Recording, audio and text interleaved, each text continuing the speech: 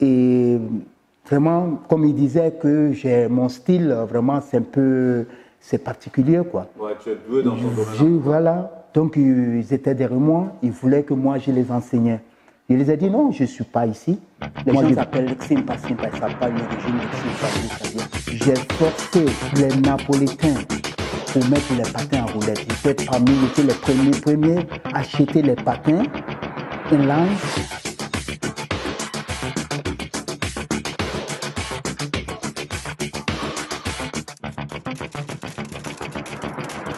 Je viens de Côte d'Ivoire. Je dois retourner. Non, ils ont insisté. Il y a 2 dames qui étaient sur les patins. Et ils avaient les patins là en ligne. À ce moment, tout le monde avait les patins. C'était dans le cadre des années 80. Oui, c'est toujours 84. Non, c'était fin 93. Ok. Toujours fin 93. Voilà, et elles m'ont demandé de faire ça. Bon, je les ai expliqué, non, je suis au cirque. Donc, elles ont demandé des informations. J'avais une photo que je les ai montrées où j'ai sauté une voiture. Voilà, et où ils étaient danser, je les ai dit, qu'est-ce que je fais dans le cirque? Voilà, quand je suis parti, dans la semaine suivante, je vois le directeur du cirque qui vient frapper à ma porte. Parce que nous, on dormait dans les roulottes mobiles, là. Il vient frapper à ma porte, voyez. Je sors, il me montre un journal où je suis là-dessus. On parle de moi, que j'ai sauté une voiture, je suis de Jackson et que j'imite la danse Michael Jackson, tout ça, ils ont beaucoup de choses que je dois enseigner dans le jardin public à 20 000 livres par heure.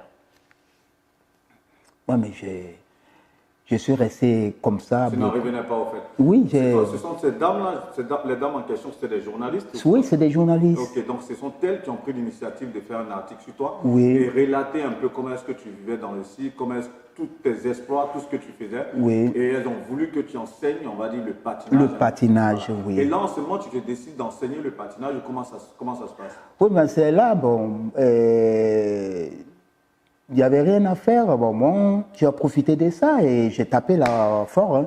C'est dans ça, ils m'ont remis mon passeport et tout ça. Et dommage, avec le temps qu'on était ensemble, bon, enfin, on était devenus presque comme des frères, quoi. Ça veut dire qu'il a eu des... C'était dommage, mais moi, j'étais sûr, toujours, je dois retourner. Et de la vérité, je voulais retourner parce que j'ai laissé tous ces jeunes qui m'attendaient pour... Ça veut dire qu'ils comptaient sur moi pour apprendre un métier. Voilà, il y avait tout ça. C'est après ça, je suis allé à Napoli, habiter avec mon ami. On a été là-bas, j'ai habité. Et alors, j'ai été dans le jardin public. Je suis retourné dans le jardin public. Il y avait une piste de patinage, mais la piste était abandonnée. Il faut te dire que dans la piste, moi, je balayais la piste. Et il y avait les gardiens de surveillance, des gardiens qu'il y a des gens qui devraient faire des entretiens de la piste. Mais ils n'ont jamais touché de cette piste.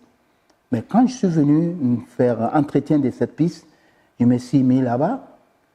Il y a des parents qui envoyaient les enfants. La publicité a passé, hein, les enfants, pour que je les enseigne.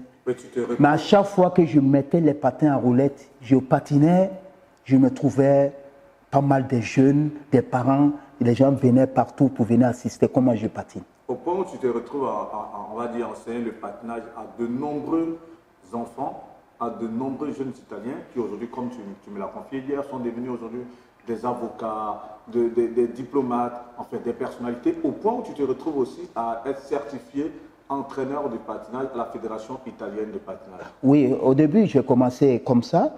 Et après ça, bon, j'ai connu la mère de mes enfants, qu'elle était venue aussi pour apprendre à patiner. Okay. C'est là, et j'ai décidé, enfin, j'étais toujours prêt d'y retourner, parce que c'était juste pour me organiser et puis partir. Cette rencontre, justement, va fausser tous les calculs au final. Oui, bon, je vais dire... elle était ma camarade et en même temps ma copine, et ma première fille. Je veux dire que je l'aime bien, que je l'aime bien. Et je veux dire, elle a été enceinte de ma première fille. C'est là, tout ça, et il a eu une discussion et tout ça, que moi, je vais décider, non, je dis, je dois retourner forcer. Mais après, j'ai réfléchi.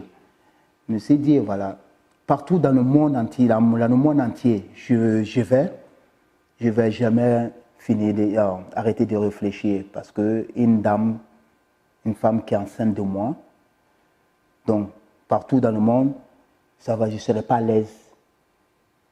Donc, à cause de Donc, c'est à cause de ma fille. À cause de l'enfant qui devait naître, oui, tu décides j'ai de rester décidé en de rester. Voilà. En même temps, j'ai demandé, et j'ai créé une société qui s'appelle Aquarius Sport Napoli. Super.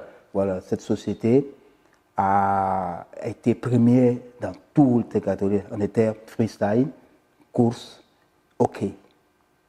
Donc, il y avait plusieurs sociétés qui étaient patins artistiques, mais j'étais l'unique de patins line.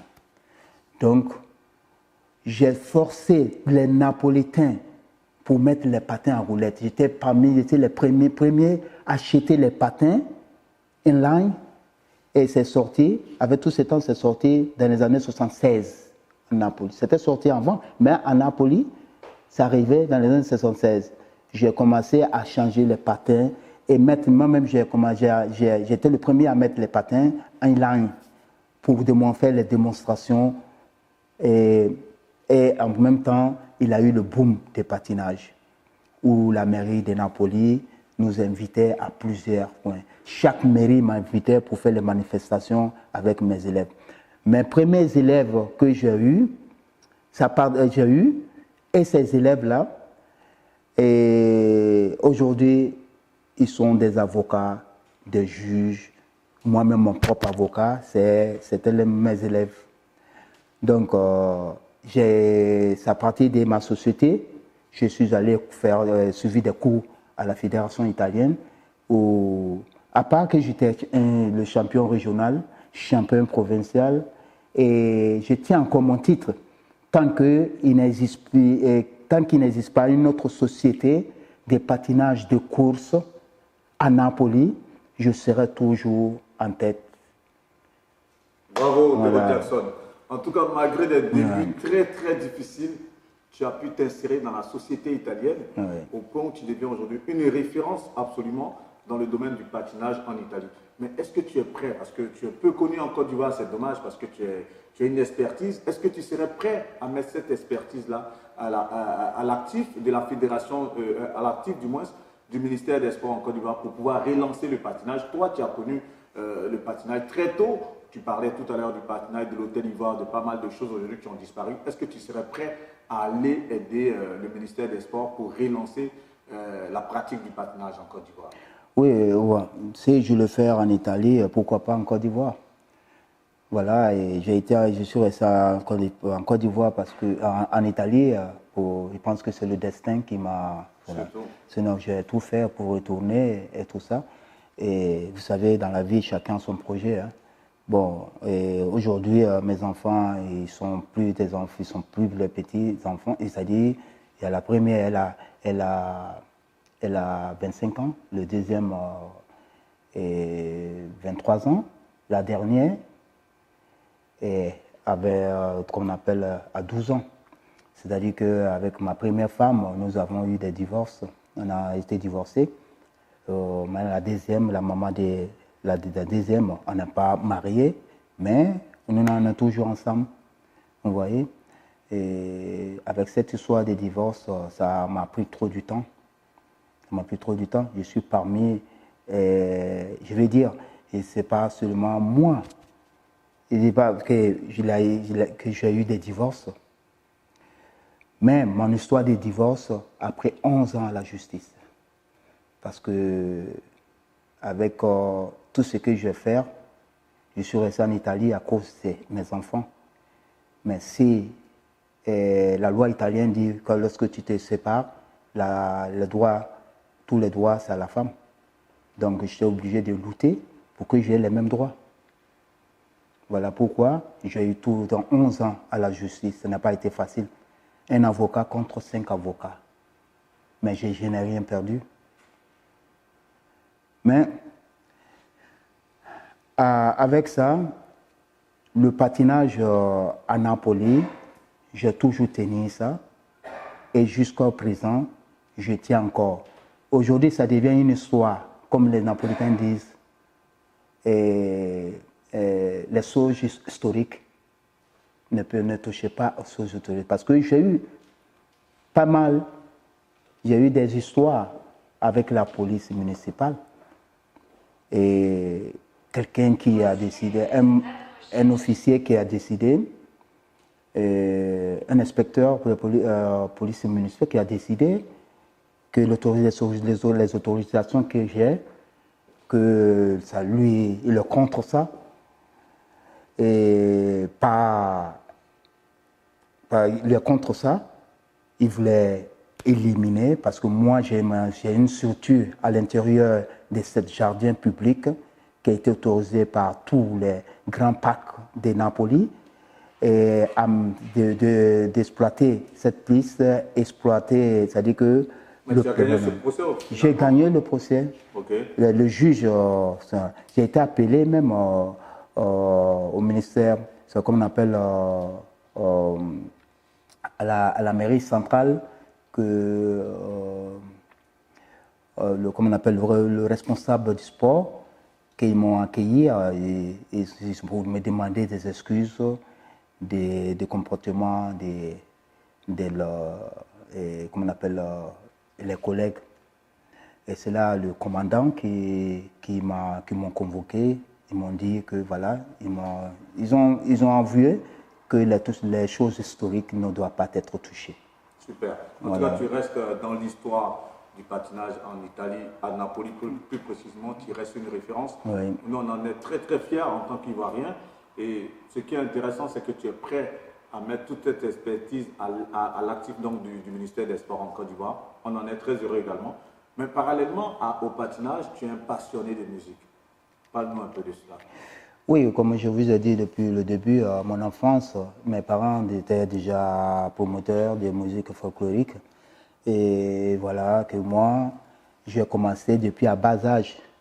Et disons, à part que, bon, j'étais percussionniste de Goumé et le Simpa. Et en même temps, lorsque je collaborais avec M. Hassen, M. Hassen, il était connu, celui qui prenait la charge lorsque Oufoué Boigny venait de l'aéroport, c'est-à-dire qu'il venait, et tous les danses folkloriques, c'est lui qui organisait pour l'arrivée d'Oufoué. Donc, Hassen, il a habité à Laras. Dommage, mes condoléances, il ne vit plus. Et ce monsieur, vraiment, j'étais trop attaché à lui parce que moi aussi, ma passion, c'était la musique. Donc, lorsque l'Oufoué doit passer, et je te dis, souvent, il arrivait que M. Ognet décidait où l'Oufoué ne devrait plus passer. Donc, il m'appelait.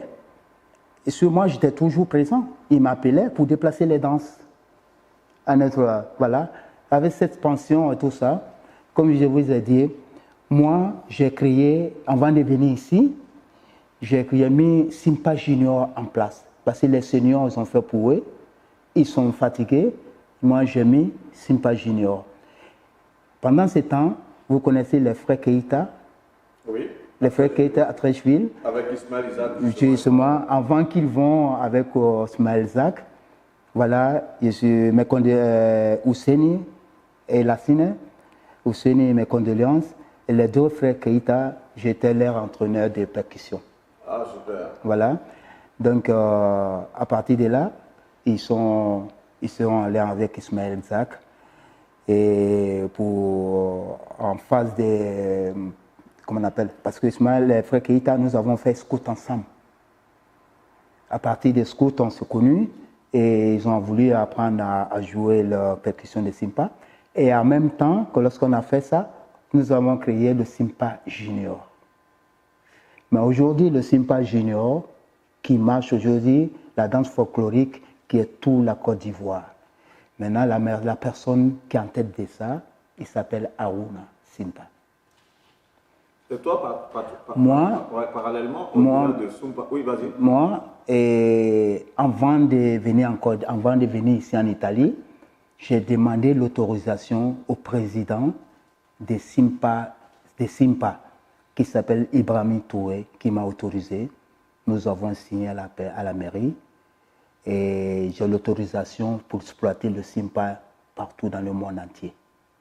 Donc voilà tout ce que je fais comme musique, mes 4 albums.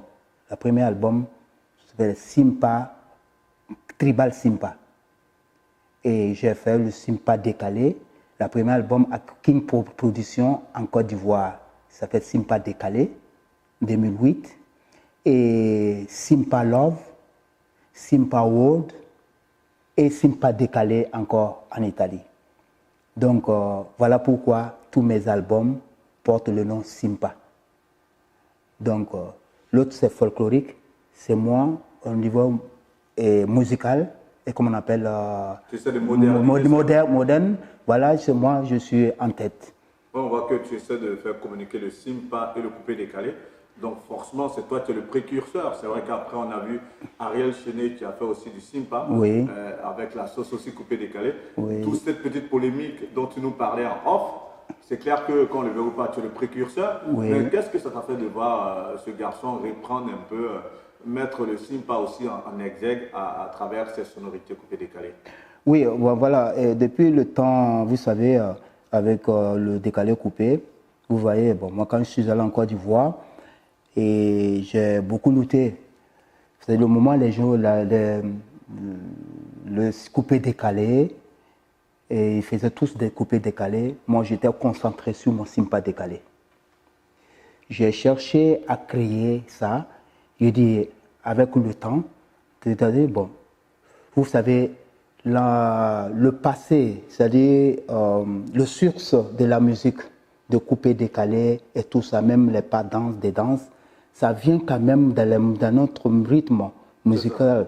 Puisque je suis toujours, justement, ça puise un peu, justement, puisque je viens d'une famille folklorique et tout ça, donc j'ai voulu toujours suivre le rythme des Simpa. Voilà, au lieu des Simpa, se couper décalé, j'étais toujours le Simpa décalé. Donc le Simpa décalé, je pouvais suivre le même, suivre les autres. Si aujourd'hui je suivais le coupé décalé, peut-être qu'aujourd'hui je suis un FTC star en Côte d'Ivoire, avec tout le temps. Même comment on appelle, j'ai été avec le Mola à Yopougon, des années 80, 2000 ou quoi, là. Bon, enfin, je ne me rappelle pas la date. Au début des années 2000. Oui, voilà. Le décalé est né en 2002, 2003, 2004. Justement. Donc, tous les promotions que j'ai fait en Côte d'Ivoire, même quand je suis passé sur la chaîne, même les Pananges, et tu as fait pas mal d'émissions musicales en Côte d'Ivoire. Oui, voilà. Et donc, moi, le jour où j'ai vu, quand je suis retourné en Italie, après j'ai mis du temps d'aller à Côte d'Ivoire. Bon, j'ai vu le jeune homme qui a fait le Simpa décalé. Lorsqu'il a fait le Simpa décalé, bon, enfin, il disait, bon, il y a très longtemps, et il dit, je le remercie d'avoir que Simpa décalé dormait.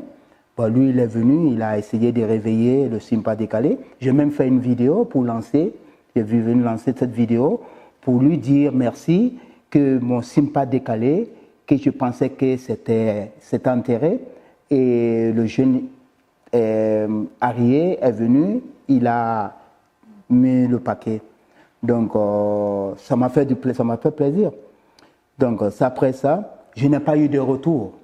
Je pense qu'à travers cette interview, il aura l'information encore davantage. Oui. Il pourra réagir, il n'y a aucun souci. Mais je vois aussi qu'au-delà du Simpa décalé, il y a pas mal de thématiques que tu traites qui ont trait à l'immigration. Toi qui vis en Italie, justement, que tu as fait un morceau hyper intéressant où tu essaies de sensibiliser un peu nos jeunes frères qui prennent les bateaux pour vouloir aller en Italie. Là, à la faveur de cette interview, qu'est-ce que tu peux leur dire encore? Quel message tu peux leur lancer? Oui, bon, voilà. Disons, je vais leur dire que bon, c'est pas du tout facile. Ce qu'ils sont en train de, c'est pas du tout facile. J'aimerais que, c'est-à-dire, je demande, c'est-à-dire qu'ils n'ont qu'à se concentrer à rester chez eux. C'est-à-dire que de combattre, vous savez, ici en Europe, ici, les jeunes Italiens, c'est les périodes des vacances. Les périodes des vacances, ils sortent. Ils sortent pour aller dans un autre pays. C'est-à-dire, ils n'abandonnent pas ce qu'ils ont. C'est-à-dire que comme ils n'abandonnent pas, ils vont dans un autre pays comme tourisme. En faisant le tourisme, ils essayent de voir la nation, le pays. Qu'est-ce qui est dans le pays? Qu'est-ce qui est là? C'est à partir de là, ils essayent de s'installer. Bon, chez nous, ce n'est pas facile.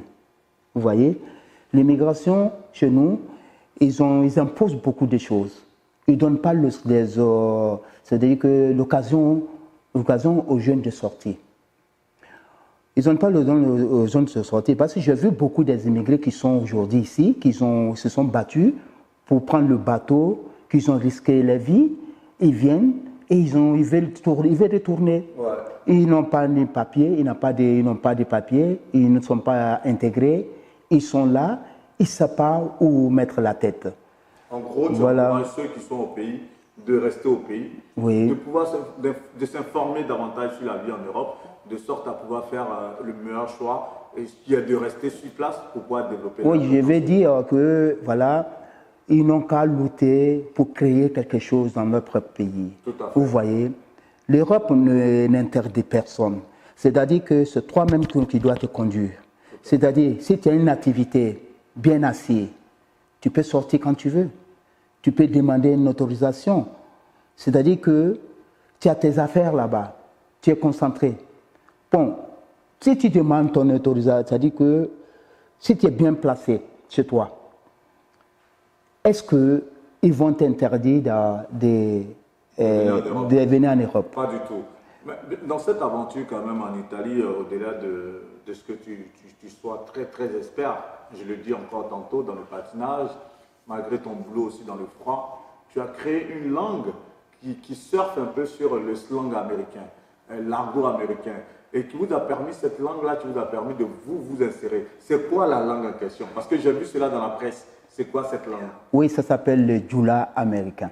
Le Djoula américain. Oui. Si tu dois t'exprimer là en Djoula américain, par exemple, tu veux lancer un message en Djoula américain, avant que tu ne donnes quelques détails, vas-y, tu as la caméra de Bristol, dis quelque chose en Djoula américain. Oui, ça dépend. Qu'est-ce que vous voulez que je dise? Bon, par exemple, tu veux dire aux gens, voilà, je suis Dero Jackson, je vis en Italie, et voilà, je fais du patinage. Si tu dois te présenter, mais en Djoula américain. We are from Taiwan, the Ontario High School, man. They're Jackson, High School, man. Maybe Italy High School, man. You do, man. Nambira, man, Iraqo, man. Mayor of Naira, and every pattern boy bar, High School, man. Me Bramike from Africa, Brafranca, right? Say, man. You understand? Near Jura American, near Troy, Jura Jackson, Oracle, Olenia, right? Tora, come here anyway, back for and back on the background, near Jura American, back on for Canada, back for Pian, Raymond saying. Maybe Taibo, Tamiti Taibo, you know what I'm saying? Yeah, man. Yes. En tout cas, ceux qui parlent le Djoula américain, tout comme toi en Italie, quand ils vont suivre cette interview, seront bien traduits. Mais l'idée est venue comment? L'idée de mettre cette langue-là. Voilà, et l'idée, depuis les années 93, le Djoula américain, j'ai créé le Djoula américain. Pourquoi? Parce que, vous savez, avec le travail que je faisais là, le style, je roulais les patins à roulettes. Bon, ce que je voulais dire, le Djoula américain n'est pas dit d'être américain. Le Djoula américain n'est pas dit d'être Djoula. Il y a Djoula, il y a américain, et puis il y a Djoula américain. Les Djoula américains sont contre la violence, contre l'injustice, contre le racisme, hors politique. Le Djoula américain est prêt d'aider tout le monde. Le Djoula américain ne peut pas voir un frère en difficulté sans venir contre. Le Djoula américain respecte tout le monde et le Djoula américain veut être respecté. Les Djoula américains sont tout du monde. Rien ne peut arrêter le Djoula américain car le Djoula américain n'est pas contre personne. Oui, c'est ce qui fait le Djoula américain. La première fois où le Djoula américain a été créé, c'était dans une boîte de nuit à Lago Patria. La boîte de nuit, précisément, ça s'appelle Chris Club. C'était fréquenté par les officiers militaires américains. Bon, je vais dire des Américains noirs, où la boîte est fréquentée des Italiens, des Brésiliens, d'autres. Mais cette boîte, lorsque tu es africain, tu peux être bien habillé, tu peux être même un ministre, mais cette boîte, tu ne rentres pas, parce que tu es simplement un Africain. Voilà. Donc, comme je vais dire, dans les années 93, on n'était pas bien vu. Hein. Donc, avec cette langue, Djoula, communiquer entre vous. Justement, quand tu rentrais dans la boîte, ça veut dire que tu ne rentres pas. Mais si ils ont eu pitié de toi, qui te font rentrer, tu es dans la boîte, tu ne fais qu'écouter la musique, mais les autres s'amusaient. Les Italiens s'amusent, les Brésiliens s'amusent, les Américains s'amusent. Mais tu es là, comme tu es simplement un Africain, tu es dans ton coin. Mais avec le Djoula américain, ça vous a permis, lorsque tu parles ton Djoula américain, l'Américain même, c'est-à-dire que... Il a l'impression que tu es Américain, tout comme oui, mais lui-même, c'est-à-dire que tu es avec lui. C'est ça. Parce qu'il s'est dit que tu ne sais pas de quel pays d'Amérique tu viens. Tout à fait. Voilà. Donc, automatiquement, nous sommes là. Et quand Djoula américain vient, c'est-à-dire que c'est-à-dire qu'il suffit de parler ton Djoula, mais voilà. Le bodyguard, il te laisse passer. Hein. Super. Tranquille. Super. En tout cas, très très belle trouvaille en termes de langue. Ça vous permet en tout cas de briser les barrières, de vous parler entre vous. Et on a essayé de passer un peu en revue ton parcours. Déjà le patinage, ta carrière artistique et puis cette langue que tu as créée, tu es le Djoula américain. Si tu as un message à faire passer à la faveur de cette interview, qu'est-ce que tu aimerais qu'on retienne de toi? Voilà, et moi je suis, comme je dis, Dero Jackson. J'ai fait pas mal de choses. Bon, je suis un technicien de froid industriel, je suis un patineur, j'enseigne encore à Napoli. J'ai ma structure de patinage où j'invite, ça veut dire que moi je loue les patins à roulettes à presque tous les Italiens de Napoli. Et en plus de cela, je fais aussi la musique. J'ai pas mal de CD qui sont sur le marché. Bon voilà, et depuis, ce que je fais ici, vraiment, j'aimerais que mon pays, mon propre pays, mon pays d'origine me connaisse, c'est qui est Dero Jackson. Donc voilà. En même temps, je demande aussi aux immigrés qui sont la langue que je viens de créer, c'est-à-dire que ça fait aussi part de notre passeport. C'est une langue, c'est comme un passeport, ça veut dire que c'est une langue qu'on peut, disons, se protéger si on a des difficultés en ville. Parce que nous, les Africains, cette langue, ça s'appelle sauvegarde. Voilà. Je vous remercie. Et voilà. Si vraiment j'ai dit des choses, ça n'a pas... Excusez-moi, parce que, voilà, avec la langue italienne... C'est pas évident, ouais, je l'entends bien. Voilà, bon, je vais dire, si j'ai touché quelqu'un, vous m'excusez, voilà, ça c'est mon parcours, je viens de parler.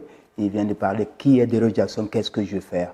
Voilà, à part être entrepreneur, je suis un maître patineur de la Fédération italienne.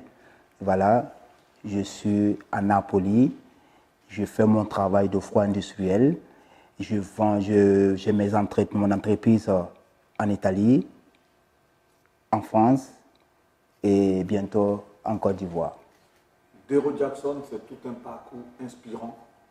Parti en Italie en 93, juste pour des vacances, il y est installé aujourd'hui, voilà bientôt près de 30 ans. Maître patineur à la Fédération italienne de patinage, c'est aussi un passionné de musique et il a créé une langue qui est le Joula américain. C'est cette éminence grise, cette expertise qui, comme il a dit tout à l'heure lui-même en guise de conclusion, souhaiterait être mis en lumière dans son pays d'origine, la Côte d'Ivoire. Nous lui en avons donné l'occasion. Vous avez pu vous abreuver à son parcours. Ça a été un plaisir pour nous d'avoir eu à échanger avec lui.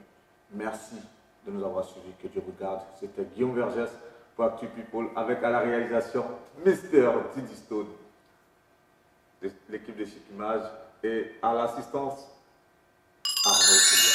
Que Dieu vous garde. Merci. À très bientôt.